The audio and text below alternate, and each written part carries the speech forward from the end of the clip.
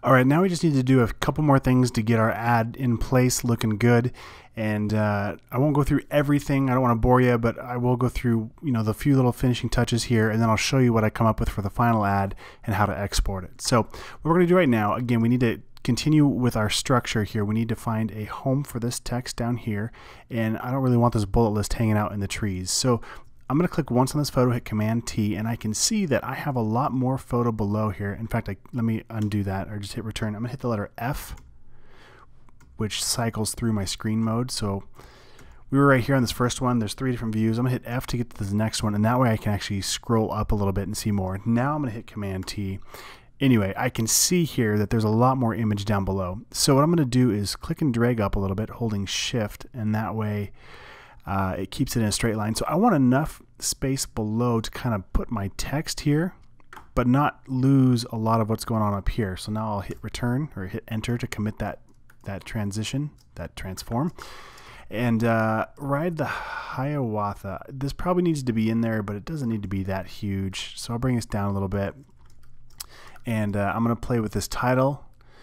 And a cool effect you can play with is the blend mode. So with this title selected, I'm going to double click, not on the name, I don't want to rename it, and I don't want to edit the text, but I kind of off to the side on that layer, I'm going to double click and it'll bring up my layer style. And what I can do is change how it blends with the underlying layer. So I'm going to bring this dark up a little bit, and what's going to happen is it's going to start cutting into my text. Pretty cool, huh? So, sorry, that was super cheesy, but it is, it's really cool. So I'm going to drag this back just a little bit. I'm going to hold down Alt and split those so I can kind of get more of a smooth transition here between the darks and the lights, and bring it right about there. Awesome, love it, I think it's great. We'll leave it like that. Just to add some visual interest, maybe nudge it up just a touch here. There we go. Just little things like that kind of help your ad stand out. So now I'm going to work on this text a little bit, and we could do the same thing here where we knock out the text behind their helmets, maybe with a mask.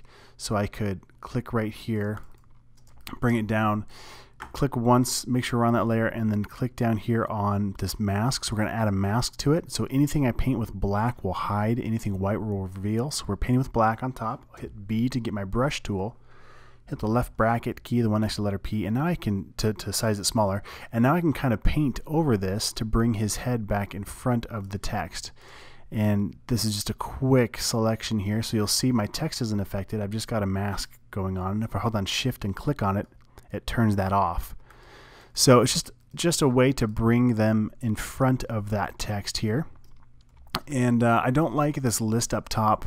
I'd rather it be down a little bit. So we can bring all these down below and start making them smaller and refining the layout a little bit more.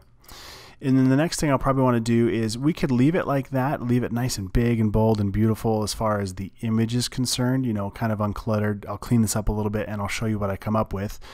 Or we could maybe add more photos in here. So what I might do is I'll hit the letter U to get my rectangle tool, and it doesn't matter what color I'm drawing with. I just want to draw a few rectangles in here. Now hold on Alt, click and drag, holding down Shift to drag a copy perfectly centered.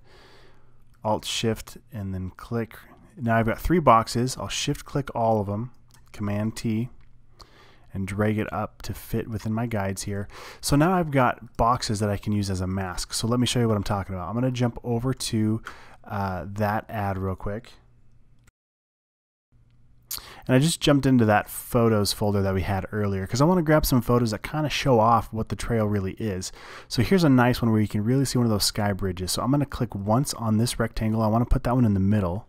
I'll jump back over to Finder and I'll click and drag over into here. And I'll scale it down just a little bit. I'll hit return. And now coming over to my layers panel, I'm going to hold between those layers, hold down the Alt key, and then click, and the layer above will be masked by the layer below.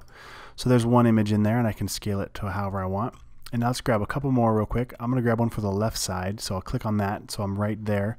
That way when I bring in my photo, it'll come in right above that shape. So here's another nice one. I'll click and drag over there. Hold on Shift and click. There we go. Hold on Alt to mask that, and I can refine this so that you'll notice the mask shape stays still, but I can scale and transform the shape to fit. And now here, let's grab another one. And I could grab that one. It looks a lot like the other ones we have. Maybe we'll grab one of this kid. Let's see which one do I want to use. How about, yeah, we'll use this guy. All right, here we go. I'm just going to click one more time, make sure I'm on that rectangle layer, so when I bring that photo in, it's at the top. Resize it a little bit. Hit return. Hold on Alt and click between to mask it. And now I've got 3 images right across the top. Now the next issue is they don't really stand out and they blend in pretty closely because of the trees behind it. So there's a couple solutions we can do. One would be to maybe put a stroke around it. So I'll click on that rectangle layer and then I'll double click off to the side here and I will add a stroke layer style, and we can see it adds a nice stroke. Maybe I'll change the size of it, and we can play with some different options there, but I'll leave that alone for now. And then I can take that layer style, we can turn that on and off. So we just added a layer style to that shape. I can hold down Alt on that effects layer, click and drag down to the next one and automatically apply it to the next layer. Another way to do that is to right click, copy shape attributes, or copy layer style. Actually, this is a layer style. Click back on this other shape that doesn't have it yet, right click, and we want to paste the layer style. There we go. So a couple ways to work there. So that's one way to set these images off from the background. Another way we could do it would be to come back and grab these, and I'm having a hard time seeing all my layers, so I'm just going to tear this out. And we can shift click between all those layers and put them in their own folder. And I could apply maybe a drop shadow to help it stand off a little bit further. And it's kind of tough to see right now. I can make it a little bit darker, maybe make it spread out a little bit more, and you're starting to see where it adds that drop shadow. Now personally, I'm not a huge fan of where this is going, but I did want to show you at least one way you can make this stand off of the background. So I'm going to turn off that drop shadow, though I don't like where it's going. Maybe we put a layer below it. So I'll command click. That way I get a layer below the one I had selected. And maybe I will put some sort of shape behind there. So maybe I'll draw a selection here and hit D to get my default colors and hit command delete to fill it with my background color. And now it's filled with a white bar. So also not quite the right fit for this. So let me jump over to their website real quick. Let's see what they did.